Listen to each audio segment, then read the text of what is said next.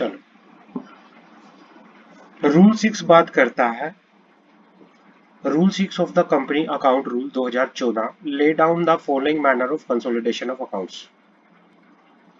Consolidation of accounts, consolidation of accounts होता क्या है? होल्डिंग कंपनी और सब्सिडरी कंपनी का पता है? होल्डिंग कंपनी क्या होती है और सब्सिडरी कंपनी क्या होती है? हाँ।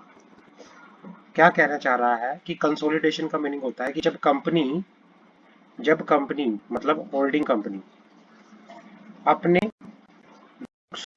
बनाएगी, अपने बुक्स ऑफ अकाउंट्स को प्रिपेयर करेगी, तो जैसे मान लो एक ए लिमिटेड कंपनी है, वो अपने खुद के बुक्स ऑफ अकाउंट्स तो बनाएंगी, जैसे balance sheet, financial statement, books of accounts, वो अपने खुद की वो अपनी फाइनेंशियल स्टेटमेंट तो बनाएगी, अपनी बुक्स ऑफ अकाउंट्स तो बनाएगी, अपनी फाइनेंशियल स्टेटमेंट तो बनाएगी, बट जो अपनी इसकी खुद की फाइनेंशियल स्टेटमेंट होती है ना, उसको कहते हैं स्टैंड अलोन फाइनेंशियल स्टेटमेंट। इसको कहते हैं stand alone financial statement. Clear है? इसको कहते हैं स्टैंड अलोन फाइनेंशियल स्टेटमेंट।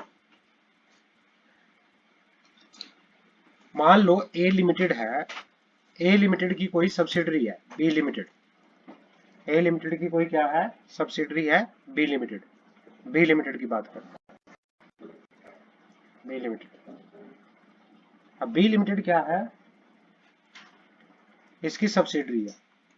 तो कंपनीज एक्ट कहता है कि भाई आप अपने होल्डिंग कंपनी को कहता है कि आप अपने अकाउंट तो बनाएंगे, स्टैंड अलोन फाइनेंशियल स्टेटमेंट तो बनाएंगे, बट साथ में अपनी सब्सिडरी के साथ कंसोलिडेट करके ए की फाइनेंशियल स्टेटमेंट को, ए की बैलेंस शीट को प्लस बी की बैलेंस शीट को इकट्ठा करके एक बैलेंस शीट बनेगी, जो फाइल करनी पड़ेगी किसको? ए को, और उसको कहते हैं consolidated financial statement. Consolidated financial statement. Clear है? yes, देखो, एक कंपनी की खुद की बैलेंस शीट होती है, उसको क्या कहते हैं? कंपनी की एक खुद की बैलेंस शीट होती है, अपनी खुद की बैलेंस शीट जब कंपनी बनाती है उसको कहते हैं स्टैंड अलोन फाइनेंशियल स्टेटमेंट। और जब कंपनी अपनी सब्सिडरी के साथ मिलके मतलब कंसोलिडेट करके बैलेंस शीट बनाती है, उसको कहते हैं कंसोलिडेटेड फाइनेंशियल स्टेटमेंट। क्लियर है? हाँ। कंसोलिडेटेड फाइनेंशियल स्टेटमेंट के अंदर कंपनी की अपनी, कंपनी की सब्सिडरी कंपनी की एसोसिएट कंपनी की क्या आती है? बैलेंस शीट क्लब होके बनती है, इकट्ठा होके बनती है। क्लियर? होल्डिंग कंपनी का पता चल गया क्या होती है होल्डिंग कंपनी? कि जिसके अंदर सब्सिडरी क्या करती है? 50% से ज्यादा इक्विटी शेयर्स होल्ड करती है, और या फिर जिसके बोर्ड ऑफ डायरेक्टर को होल्डिंग कंपनी कंट्रोल करती है, उसको क्या कहते हैं? Subsidiary company. या फिर और एक होती है एसोसिएट कंपनी, एक होती है एसोसिएट कंपनी। एसोसिएट कंपनी क्या होती है? कि भाई जिसमें, जिस कंपनी के अंदर, मान लो एक कंपनी है सी लिमिटेड, एक कंपनी क्या है? सी लिमिटेड है, सी लिमिटेड। सी लिमिटेड के अंदर अगर ए लिमिटेड का क्या है? सिग्निफिकेंट इन्फ्लुएंस है, सिग्निफिकेंट, सिग्निफिकेंट क्या है? इन्फ्लुएंस है, सिग्निफिकेंट इन्फ्लुएंस। अब सिग्निफिकेंट इन्फ्लुएंस क्या होता है? अगर ए लिमिटेड जो है सी लिमिटेड के अंदर, ए लिमिटेड जो है सी लिमिटेड के अंदर 20% या उससे ज्यादा क्या करती है? शेयर होल्ड करती है। 20% से ज्यादा, 20% या उससे ज्यादा शेयर होल्ड करती है, उसको कहते हैं एसोसिएट कंपनी। तो सी लिमिटेड ए की क्या है? एसोसिएट कंपनी है। 20% से ज्यादा अगर शेयर होल्ड करती है तो उसको कहते हैं एसोसिएट कंपनी। क्लियर है?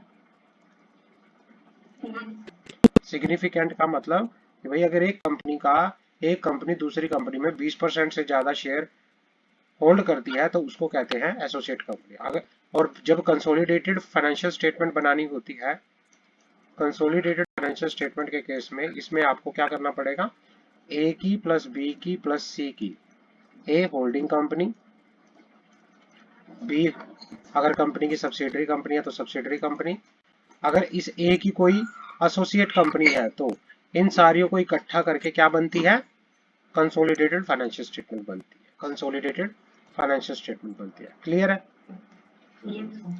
चलो आगे बढ़ते हैं, आगे बढ़ते हैं। The consolidation of financial statement, जो कंसोलिडेशन होता है फाइनेंशियल स्टेटमेंट का, पढ़ते हैं।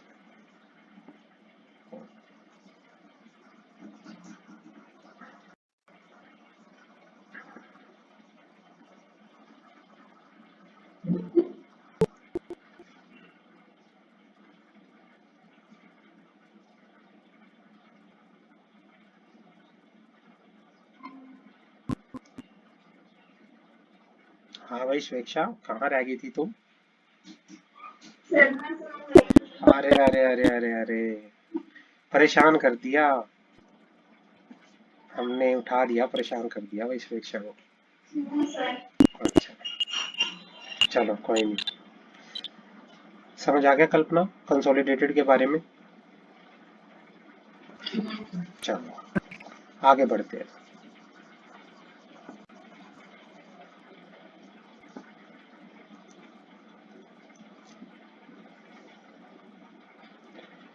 रूल 6 बात करता है कंसोलिडेटेड ऑफ अकाउंट्स, कैसे कंसोलिडेशन होगा अकाउंट्स का। The consolidated financial statement, the consolidation of financial statement of company, जो कंसोलिडेशन होगा फाइनेंशियल स्टेटमेंट ऑफ कंपनी का, शैल be made in accordance with the provision of schedule 3 of the act, companies act के schedule 3 के accordingly होगा, schedule 3 के accordingly होगा, companies act के schedule 3 के अकॉर्डिंगली बनेगी। और applicable accounting standard, in case of companies not required to prepare consolidated financial statement under the accounting standard, it shall be sufficient if company comply with the provision of consolidated financial statement provided in the schedule 3। आपको क्या होता है जब consolidated financial statement आप बनाते हो, consolidated financial statement आप बनाते हो तो क्या होता है उस केस में, आपको एक तो कंपनीज एक्ट के प्रोविजंस को फॉलो करना पड़ता है जो कि किस में बताए गए हैं, शेड्यूल 3 के अंदर, शेड्यूल 3 के अंदर। प्लस आपको अकाउंटिंग अकाउंटिंग स्टैंडर्ड्स को फॉलो करना पड़ता है, अकाउंटिंग स्टैंडर्ड्स को फॉलो करना पड़ता है। अब अकाउंटिंग स्टैंडर्ड्स के अंदर मान लो किसी कंपनी को अकाउंटिंग स्टैंडर्ड फॉलो करने की जरूरत नहीं होती, कंसोलिडेटेड किसी कंपनी के जो आप प्रिपेयर कर रहे हो कंसोलिडेटेड फाइनेंशियल स्टेटमेंट, उसको कोई अकाउंटिंग स्टैंडर्ड फॉलो करने की जरूरत नहीं है मान लो, तो फिर आपको उसको क्या फॉलो करना पड़ेगा, साथ के साथ कंपनीज एक्ट के प्रोविजन जो कि शेड्यूल 3 में बता रखे हैं वो उसको फॉलो करने पड़ेंगे। क्लियर है कि भाई वैसे तो अगर आप कंसोलिडेशन ऑफ फाइनेंशियल स्टेटमेंट कर रहे हो, कंसोलिडेशन ऑफ फाइनेंशियल स्टेटमेंट के केस में सफिशिएंट कंप्लायंस क्या होगा कि भाई आपको क्या क्या फॉलो करना है, एक तो कंपनीज एक्ट के प्रोविजन जो कि शेड्यूल 3 में बता रखे हैं, और दूसरा अकाउंटिंग स्टैंडर्ड। और किन्हीं कंपनी के ऊपर होता है अकाउंटिंग स्टैंडर्ड फॉलो करना मैंडेटरी नहीं होता, तो उस केस में ये सफिशिएंट होगा कि अगर आप कंपनीज एक्ट के प्रोविजन फॉलो करो तो, ओनली कंपनीज एक्ट के प्रोविजन। क्लियर है? आगे बढ़ते हैं।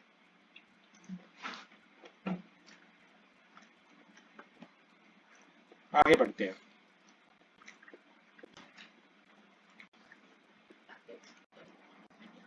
जुलाई 27 2016 अकाउंट्स अमेंडमेंट रूल 2016, ये अमेंडमेंट आई थी 2016 के अंदर, ये अमेंडमेंट आई थी जुलाई 27 ऑफ जुलाई 2016 के अंदर ये अमेंडमेंट आई थी। क्या अमेंडमेंट आई थी?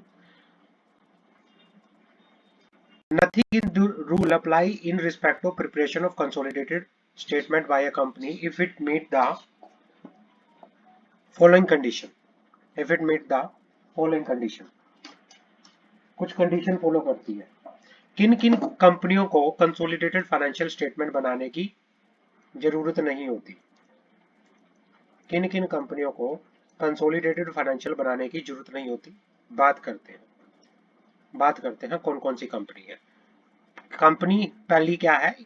If it is a wholly owned subsidiary company, if it is a wholly owned subsidiary company or partially owned subsidiary of another company, and all it is other member including those not otherwise entitled to vote have been intimated in writing and for which the proof of delivery of such intimation is available with the company, do not object to the company not presenting consolidated financial statement। भाई क्या होता है, किन किन company पे ये applicable नहीं होगा? अगर या तो आपकी हुली ओन्ड सब्सिडरी कंपनी हो। हुली ओन्ड सब्सिडरी कंपनी क्या होती है? जिस कंपनी के ऊपर होल्डिंग कंपनी का क्या होता है, 100% क्या होता है, शेयर उसके होल्ड किए होते हैं 100%। क्लियर है कि भाई किन कंपनी के ऊपर ये कंसोलिडेटेड फाइनेंशियल स्टेटमेंट प्रिपेयर करने की रिक्वायरमेंट नहीं होती। यहाँ पे क्या केस होता है बताता हूँ। पहली तो या तो एक आपकी हुली ओन्ड सब्सिडरी कंपनी है, हुली ओन्ड सब्सिडरी कंपनी है। अब हुली ओन्ड सब्सिडरी कंपनी क्या होता है?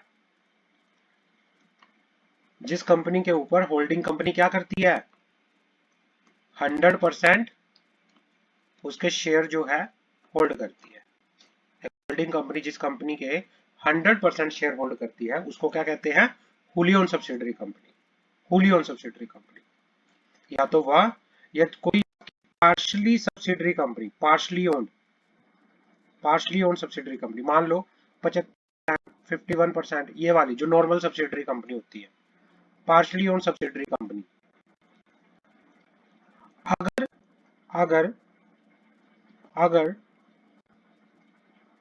Partially subsidiary company of another company, अगर क्या है, सारे के सारे मेंबर, अगर all it is other member including Dooj note and कि भाई कंपनी के जो हैं, अगर कंपनी के सारे ऑल सारे मेंबर रिटर्न में क्या दे दे, कंसेंट दे दे, रिटर्न में बता दे कि हमें कोई दिक्कत नहीं है, हमें कोई एक्शन नहीं है, अगर आप कंसोलिडेटेड फाइनेंशियल स्टेटमेंट प्रेजेंट नहीं करना चाहते तो हमें इस चीज से कोई ऑब्जेक्शन नहीं है, वो रिटर्न में आपको शेयर होल्डर सारे के सारे दे दे दो।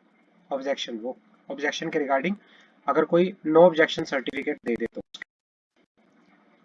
कि भाई कंसोलिडेटेड फाइनेंशियल स्टेटमेंट बनाने के लिए, एक तो देखो हुली ओन्ड सब्सिडरी कंपनी में तो बिल्कुल ही जरूरत नहीं होती, बिल्कुल जरूरत नहीं होती, या partially own subsidiary company of another company, अगर सारे के सारे मेंबर जो हैं वो क्या कर दे, रिटर्न में बता दे किस चीज के लिए कि भाई हमें कोई दिक्कत नहीं है, अगर आप कंसोलिडेटेड फाइनेंशियल स्टेटमेंट प्रेजेंट नहीं करना चाहते तो हमें इस चीज से कोई दिक्कत नहीं है, आप बिना कंसोलिडेटेड फाइनेंशियल स्टेटमेंट के भी बैलेंस शीट प्रिपेयर कर सकते हैं।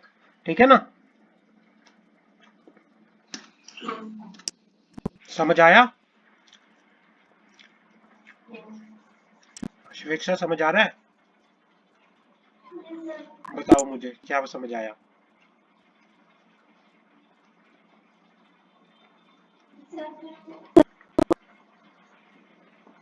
बताओ बताओ क्या समझ आया, फिर आगे बढ़ते हैं ना। अगर कोई डाउट, देखो कोई डाउट होता है ना साथ के साथ पूछा करो। कल्पना तुम्हें समझ आया? बताओ, समझाओ समीक्षा को, और समीक्षा ध्यान से सुनेगी। बताओ।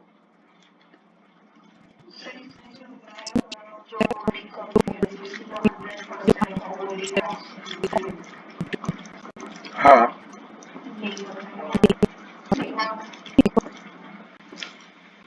एंड दूसरी कौन सी है? Partially partially own subsidiary. In case में आपको कंसोलिडेटेड फाइनेंशियल स्टेटमेंट बनाने की जो ये प्रोविजंस हैं कंसोलिडेटेड फाइनेंशियल स्टेटमेंट के, ये एप्लीकेबल नहीं होंगे अगर सारे के सारे मेंबर, ऑल इट्स मेंबर क्या करते हैं, रिटर्न में बता दे, रिटर्न में बताएं कि भाई हाँ, कि भाई वो एनओसी लेंगी कि उनको कोई ऑब्जेक्शन नहीं है इस चीज से रिगार्डिंग कि भाई आप अगर अपनी कंसोलिडेटेड फाइनेंशियल स्टेटमेंट को प्रेजेंट नहीं करना चाहते तो आप बिना कंसोलिडेटेड फाइनेंशियल स्टेटमेंट के भी आप हमें दे के चल सकते हो। क्लियर है? पहला आप समझ आ गया कौन सी पे एप्लीकेबल नहीं होता। दूसरा, it is a company whose security are not listed and are not in process of listing on stock exchange whether in India or outside India। और दूसरा, ये उस कंपनी पे एप्लीकेबल नहीं होता जो लिस्टेड कंपनी नहीं है या जिसकी सिक्योरिटी स्टॉक एक्सचेंज पे लिस्टेड होने की प्रोसेस में नहीं है या इंडिया में या आउटसाइड इंडिया में लिस्टेड होने की प्रोसेस में नहीं है, ये उस पर एप्लीकेबल नहीं होता। आपकी लिस्टेड कंपनी नहीं होनी चाहिए, लिस्टेड कंपनी नहीं होनी चाहिए। तीसरा केस क्या है, it is ultimate it is ultimate और intermediate holding company file financial statement with the registrar which are compliance with the applicable accounting standard, which are compliance with the applicable accounting standard। तीसरा point समझाता हूं, तीसरा point समझाता हूं क्या है।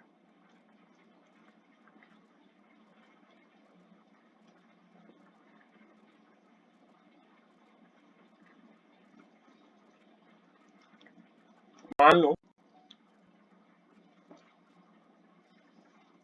एक कंपनी है ए लिमिटेड, एक कंपनी क्या है, ए लिमिटेड। ए कंपनी के ऊपर किसी बी लिमिटेड ने 51% शेयर होल्ड कर रखे हैं और उससे ऊपर बी लिमिटेड ए की क्या हुई बताओगे? बी लिमिटेड जो है ए की क्या हुई, कैसे हुई? मैं दोबारा से रिपीट करता हूं फिर बताना, मैं दोबारा से रिपीट करता हूं फिर बताना। ए लिमिटेड कंपनी है, उसमें क्या हुआ, बी लिमिटेड कंपनी ने 51% शेयर होल्ड कर रखे हैं, तो बी लिमिटेड कंपनी क्या हुई,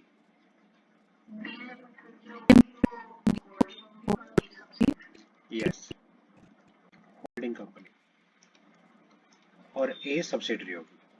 अब बी के ऊपर सी लिमिटेड ने 51% शेयर होल्ड कर रखे हैं, तो सी लिमिटेड बी की क्या हुई, होल्डिंग कंपनी, होल्डिंग कंपनी।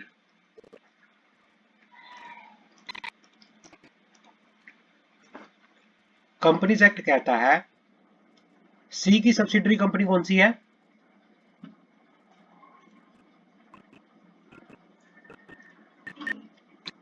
नहीं, सी की सब्सिडरी कंपनी कौन सी है वैसे नॉर्मली, बी, ठीक है ना। और कंपनीज एक्ट कहता है कि भाई जब सी जो है बी की होल्डिंग कंपनी है तो बी और ए, बी की ए होल्डिंग कंपनी है, तो हम कहेंगे सी जो है वो ए की अल्टीमेट होल्डिंग कंपनी है। कौन सी है, अल्टीमेट होल्डिंग कंपनी है, अल्टीमेट होल्डिंग कंपनी है, अल्टीमेट होल्डिंग कंपनी है। क्लियर है? मान लो, मान लो कंपनीज एक्ट कहता है कि भाई जब होल्डिंग कंपनी, इसको भी क्या करने की जरूरत है, इसको भी फाइनेंशियल वो कंसोलिडेटेड फाइनेंशियल बनाने की जरूरत है और बी को भी कंसोलिडेटेड बनाने की जरूरत है क्योंकि होल्डिंग कंपनी है ना ये। कंपनीज एक्ट कहता है कि भाई अगर आपकी अल्टीमेट होल्डिंग कंपनी ने, अगर आपकी अल्टीमेट होल्डिंग कंपनी ने कंसोलिडेटेड फाइनेंशियल स्टेटमेंट फाइल कर दिए, कंसोलिडेटेड फाइनेंशियल स्टेटमेंट फाइल कर दी, तो उस केस में क्या होगा, आपकी इंटरमीडिएट, बीच वाली कंपनी को कहेंगे इंटरमीडिएट, इंटरमीडिएट होल्डिंग कंपनी को फाइनेंशियल स्टेटमेंट फाइल करने की जरूरत नहीं है। क्लियर है? या फिर अगर आपकी इंटरमीडिएट होल्डिंग कंपनी में कंसोलिडेटेड फाइनेंशियल फाइल कर दिया तो होल्डिंग कंपनी को ऊपर वाली कंपनी को फाइल करने की जरूरत नहीं है। क्लियर है भाई? जो समझ आ गया यहाँ पे कंसोलिडेटेड फाइनेंशियल स्टेटमेंट के प्रोविजन कौन कब कब एप्लीकेबल नहीं होते, किस किस सिचुएशन में एप्लीकेबल नहीं होते। स्वेच्छा समझ आ गया?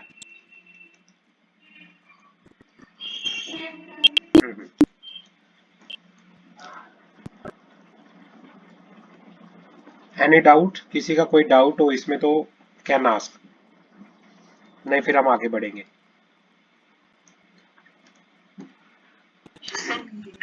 चलो ठीक है।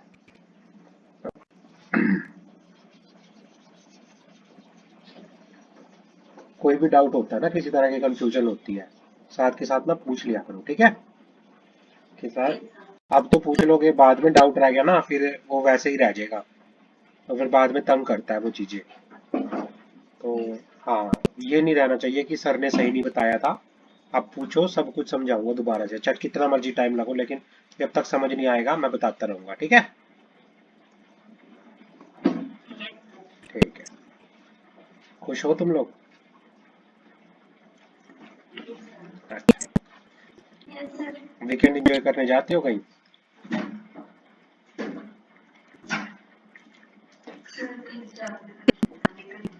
क्यों भाई, क्यों नहीं जा रहे कहीं?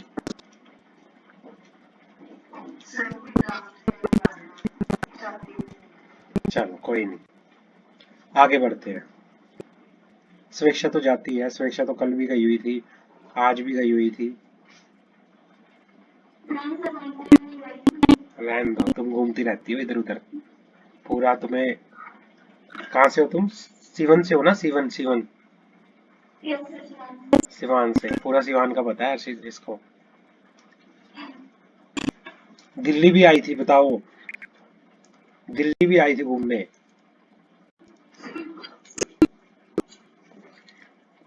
और वो भी last month. Last month Delhi भी घूम के चली गई, बताओ। कंसोलिडेटेड फाइनेंशियल स्टेटमेंट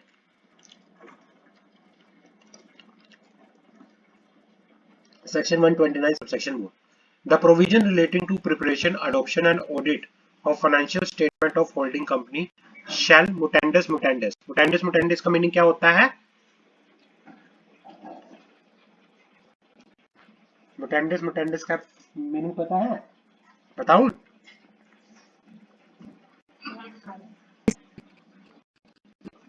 सेम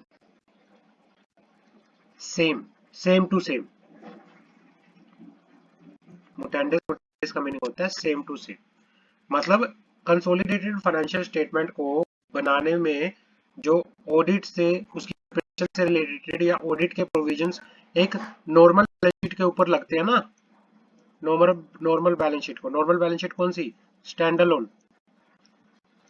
जो provision stand alone financial statement के ऊपर एप्लीकेबल होंगे, वही प्रोविजन सेम टू सेम किस पे एप्लीकेबल होंगे? Consolidated financial statement. क्लियर है? ऑडिट के और अकाउंट्स के जो भी कंपनीज एक्ट के प्रोविजंस हैं, जो एक स्टैंड अलोन फाइनेंशियल स्टेटमेंट पे एप्लीकेबल होते हैं, स्टैंड अलोन फाइनेंशियल स्टेटमेंट पे एप्लीकेबल होते हैं, सेम टू सेम किस पे एप्लीकेबल होंगे?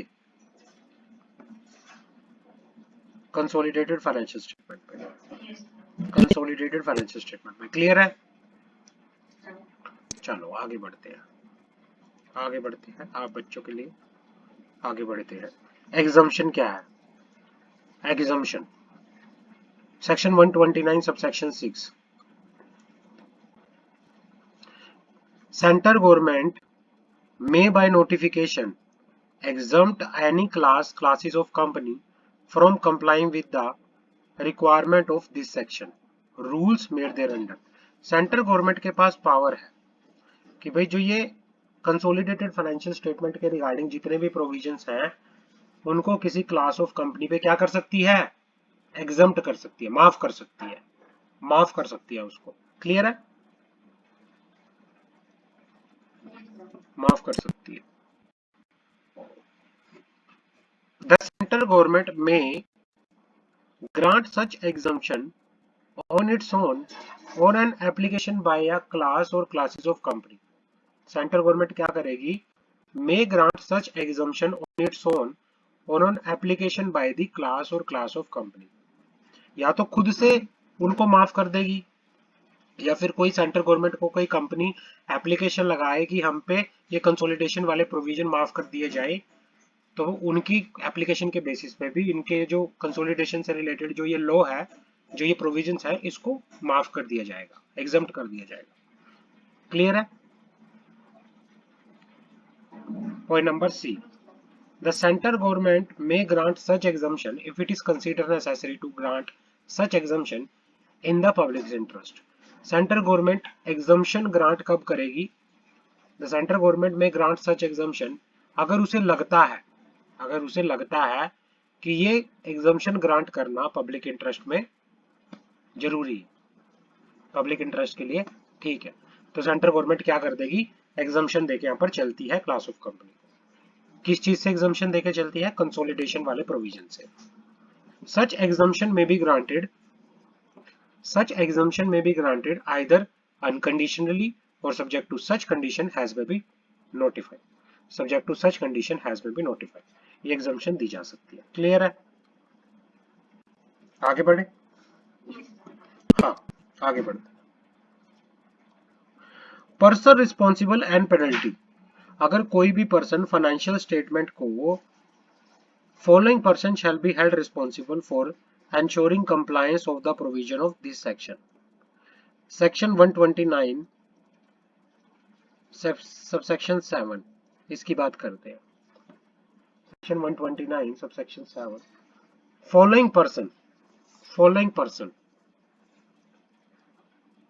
फॉलोइंग पर्सन जो है वो रिस्पॉन्सिबल होते हैं किस चीज के लिए, फॉलोइंग पर्सन जो है रिस्पॉन्सिबल होते हैं किस चीज के लिए, रिस्पॉन्सिबल होते हैं कि भाई आप जो ये कंसोलिडेशन से रिलेटेड, ये फाइनेंशियल स्टेटमेंट से रिलेटेड जो भी प्रोविजंस हैं उनको कंप्लाई करने के लिए, सेक्शन 129 को प्रोविजन को कंप्लाई करने के लिए, फाइनेंशियल स्टेटमेंट के प्रोविजंस को कंप्लाई करने के लिए कौन कौन रिस्पॉन्सिबल पर्सन है, managing director, whole time director, CFO, any other person of the company charged by the board with such duty, all the director in the absence of any officer mentioned above।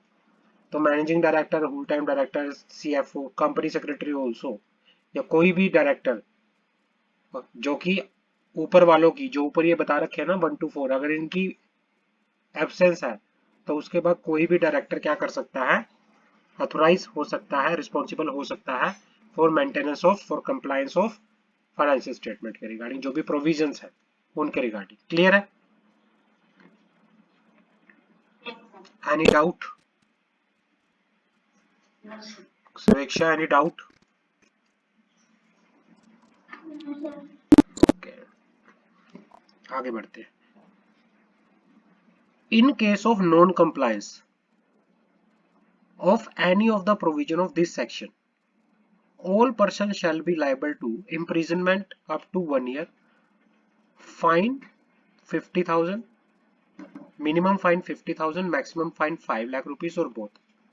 भाई क्या है, अगर आप किसी भी तरह से नॉन कंप्लायंस करते हो, आप नॉन कंप्लायंस करते हो तो आपके ऊपर 1 साल की सजा होगी, 50,000 रुपए का मिनिमम फाइन लगेगा, 5 लाख रुपए का मैक्सिमम फाइन लगेगा, और दोनों भी लग के यहाँ पर चल सकते हैं। क्लियर है,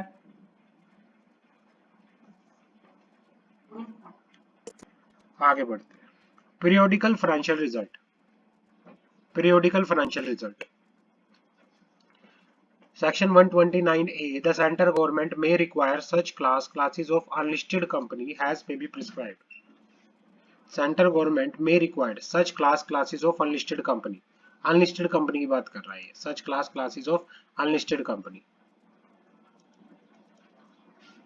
अनलिस्टेड कंपनी वो क्या करेंगी, अनलिस्टेड पब्लिक कंपनी के बारे में ये प्रोविजन है सेक्शन 129A। वो क्या करेंगी, वो प्रिपेयर करेंगी financial result of the company on such periodical basis and in such form as may be prescribed। वो हर पीरियोडिक बेसिस पे, हाफ ईयरली बेसिस पे इनको क्या करना पड़ेगा, फाइनेंशियल रिजल्ट्स, अपनी फाइनेंशियल रिजल्ट को प्रिपेयर करना पड़ेगा और उसको इन्फॉर्म करना पड़ेगा। To obtain the approval of board of director and complete the audit and limited review of such periodical financial result in such manner has been prescribed। और उसको अप्रूव करवाना पड़ेगा किससे, उन फाइनेंशियल रिजल्ट को अप्रूव कौन करेगा, बोर्ड ऑफ डायरेक्टर।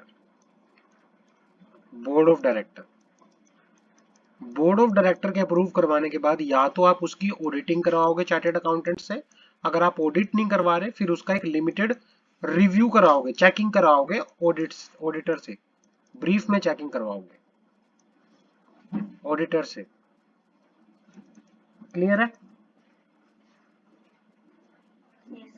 और उसको फिर बाद में पॉइंट नंबर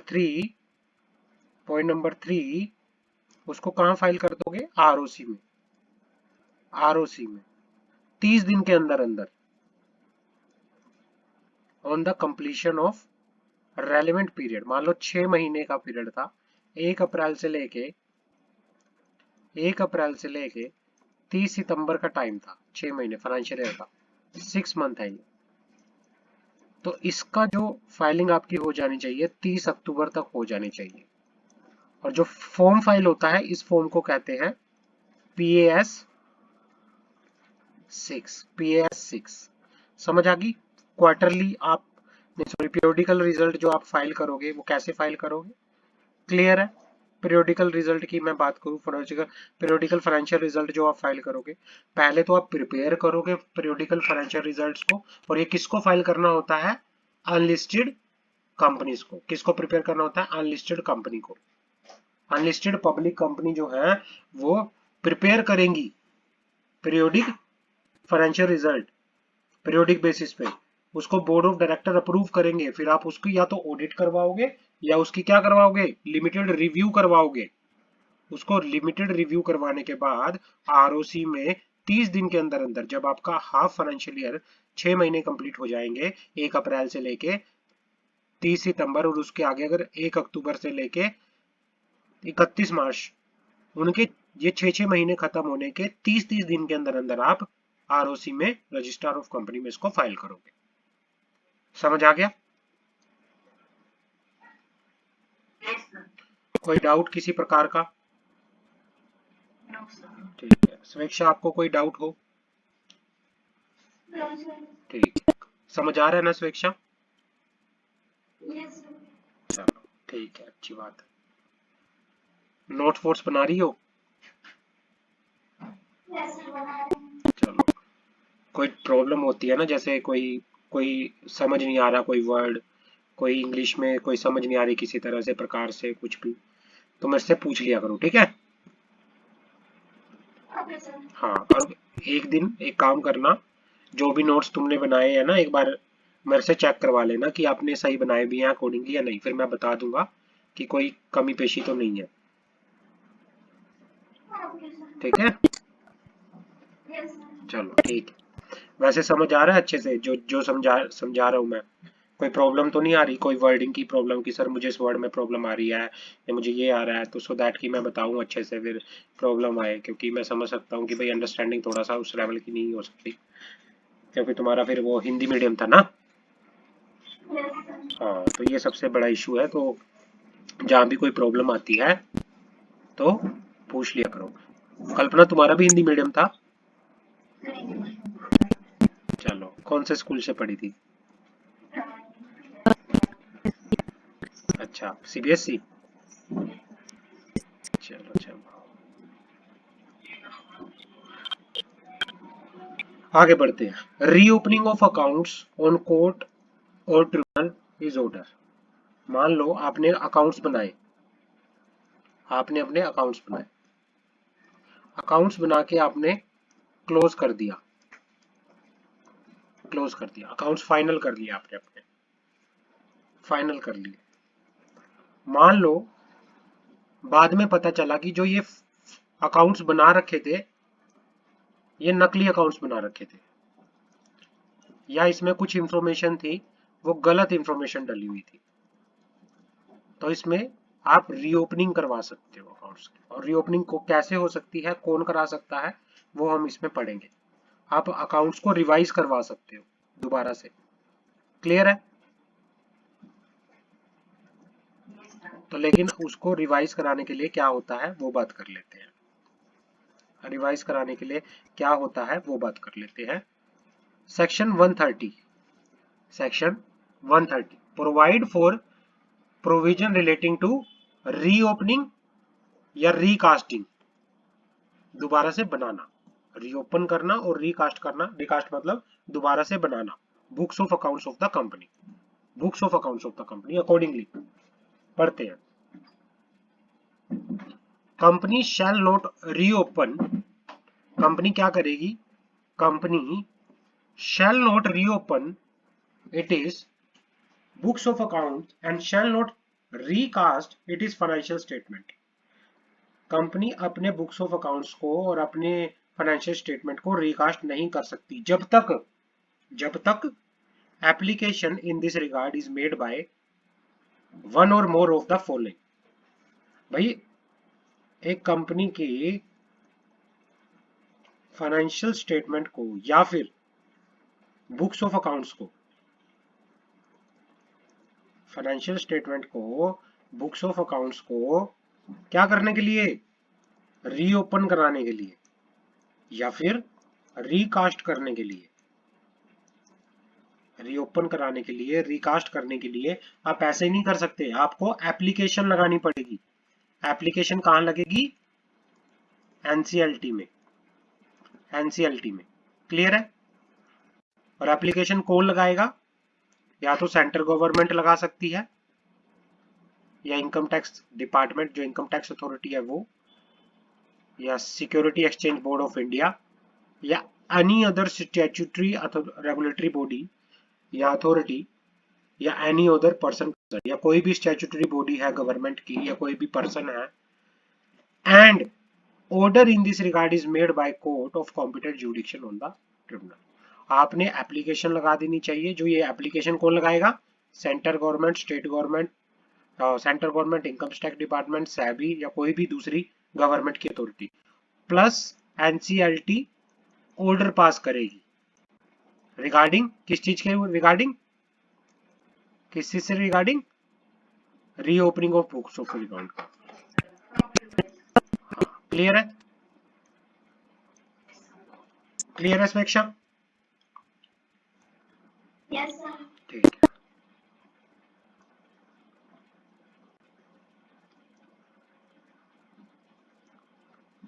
आगे बढ़े। वैसे तो ना तुम्हें पता है कल्पना, स्वेच्छा कितनी इंटेलिजेंट है। जब 12th क्लास में थी ना, ऐसे ही पढ़ रही थी, मजे मजे में सीएसटी का पेपर दे के आ गई और पास हो गई। समझ रहे हो कितनी इंटेलिजेंट है। अगर आपके 10th पास हो चुकी है ना, उसके बाद आप प्रोविजनल बेसिस पे कभी भी दे सकते हो, बट आपको बाद में फिर अपना वो जब आपकी 12th वगैरह हो जाएगी ना, वो डॉक्यूमेंट देने पड़ेंगे बाद में। प्रोविजनली आप एनरोल हो सकते हो ऐसी एससीटी में।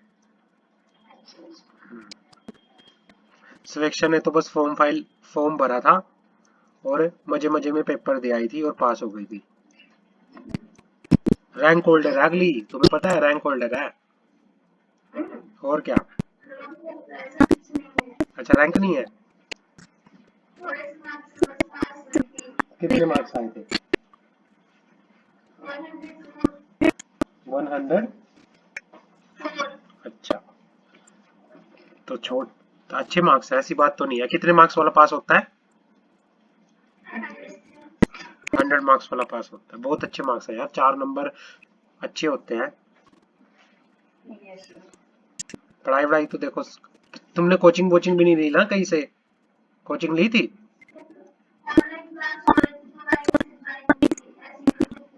अच्छा अच्छा, यूट्यूब पे ज्वाइन कर ली थी ऐसे ही? हाँ, चलो बहुत अच्छी बात है यार, बहुत अच्छी बात है। चलो आगे बढ़े। The reopening and recasting of financial statement is permitted only for the following reason. किस किस रीजन की वजह से आप अकाउंट्स को रीओपन करा सकते हो, रिकास्ट करा सकते हो? किन किन रीजन की वजह से? पढ़ते हैं। The reopening and recasting of financial statement is permitted only for the following reason. Number A, the relevant earlier account were prepared in fraudulent manner। अगर कोई पहले आपने कोई फाइनेंशियल स्टेटमेंट बना रखी थी, वो कैसी बना रखी थी? फ्रॉडुलेंट बना रखी थी, उसमें कुछ धोखाधड़ी थी, कुछ घपला कर रखा था आपने। अगर उसका पता चल गया किसी सेंट्रल गवर्नमेंट को, इनकम टैक्स डिपार्टमेंट को, सेबी को, किसी भी आरबीआई वगैरह को, अगर पता चला कि आपने अपने फाइनेंशियल स्टेटमेंट के अंदर घपलेबाजी कर रखी थी, तो फिर क्या हो सकता है? वो एनसीएलटी में एप्लीकेशन लगा सकते हैं कि इसके अकाउंट्स को दोबारा से रीओपन किया जाए, दोबारा से रिवाइज करवाया जाए। और जब दूसरा केस है the affair of the company were mismanaged during the relevant period, casting a doubt on the reliability of financial statement.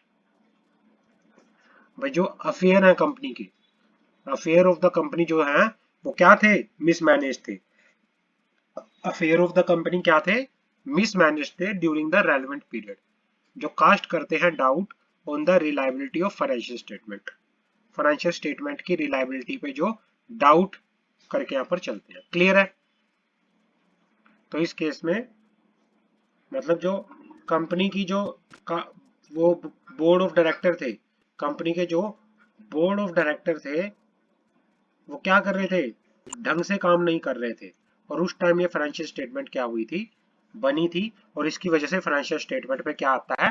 Doubt आता है। क्लियर है? तो इस सिचुएशन में क्या हो सकता है? आप ये इनमें से कोई भी एप्लीकेशन लगा सकता है उसके एनसीएलटी के पास कि भाई इन कंपनी के जो फाइनेंशियल स्टेटमेंट है दोबारा से इनको क्या करा जाए? रिवाइज कराया जाए, इनको चेक किया जाए, रीओपन कराया जाए। क्लियर है?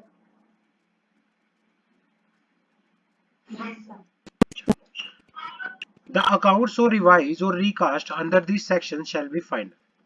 जो बाद में अकाउंट्स बनेंगे रिकास्ट या रीओपन करने के बाद, तो वो कौन से अकाउंट बनेंगे? फाइनल अकाउंट बनेंगे, फाइनल अकाउंट बनेंगे। क्लियर है? उसके बाद पढ़ते हैं it may be noted that, it may be noted that tribunal में including national company law tribunal, tribunal में including national company law tribunal, this this provision provide for both reopening of accounts after accounts has been closed and recast of financial statement। जो NCLT है वो order pass कर सकता है किस चीज के रिगार्डिंग? रीओपन कराने के रिगार्डिंग। रीओपनिंग किसके लिए? चेकिंग करने के लिए, और उनको दोबारा से रिवाइज करने के लिए, रिवाइज करने के लिए। क्लियर है? रीओपनिंग का समझ आ गया? पॉइंट नंबर 5, पॉइंट नंबर 5 पढ़ते। No order shall be made under subsection 1, no order shall be made under subsection 1 in respect of reopening of books of accounts relating to a period earlier than 8 financial year, earlier 8 financial year। Companies act कहता है आप अपने, companies act कहता है, companies act कहता है आप अपने बुक्स ऑफ अकाउंट्स को कम से कम 8 साल तक प्रिजर्व करो, अपने पास प्रिजर्व करके रखोगे। जैसे आपने बैलेंस शीट बनाई 2022-23 की, तो वो अगले आने वाले 8 साल तक आपके पास रहनी चाहिए। ठीक है?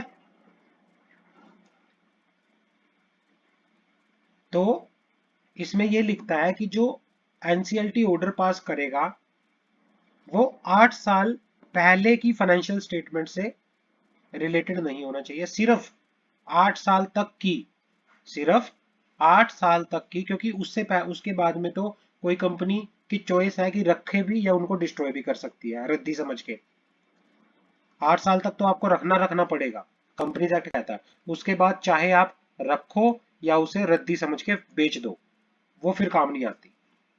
तो फिर ये कहता है कि जो ये रिवाइज होगी फाइनेंशियल स्टेटमेंट या रीओपनिंग होगी, ये सिर्फ पिछले 8 साल के करंट फाइनेंशियल ईयर का ही हो, नहीं 8 साल के पिछले फाइनेंशियल ईयर का ही चेकिंग होके यहाँ पर चल सकती है, रीओपनिंग होके यहाँ पर चल सकती है। क्लियर है?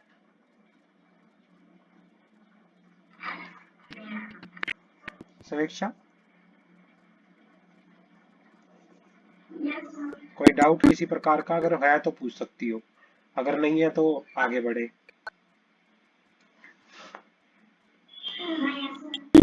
चलो,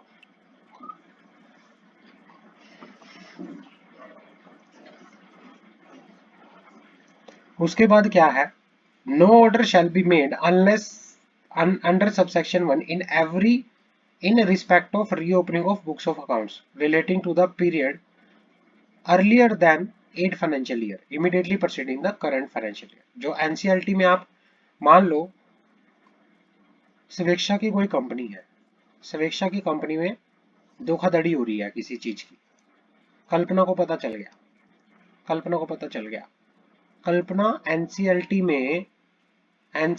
में एप्लीकेशन फाइल करना चाहती है, तो ये कितने साल तक की बैलेंस शीट के रिगार्डिंग स्वेच्छा के कंपनी की कितने साल तक की बैलेंस शीट के रिगार्डिंग ये एप्लीकेशन फाइल कर सकती है चेकिंग करने के लिए, रीओपनिंग करवाने के लिए कितने साल तक की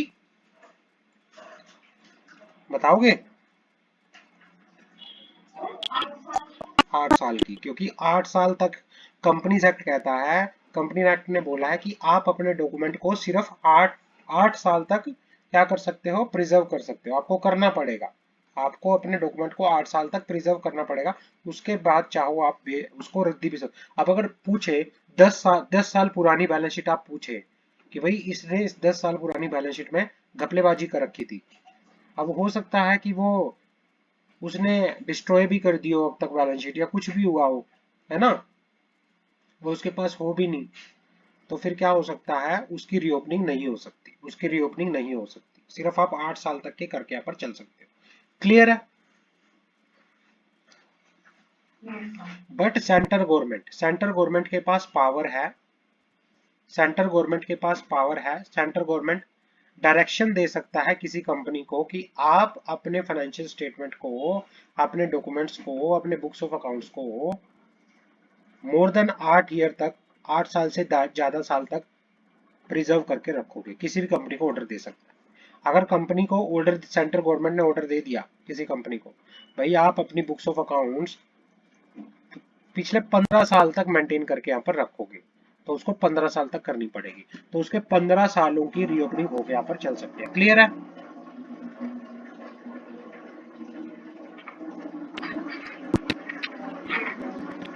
एनी डाउट्स यहाँ तक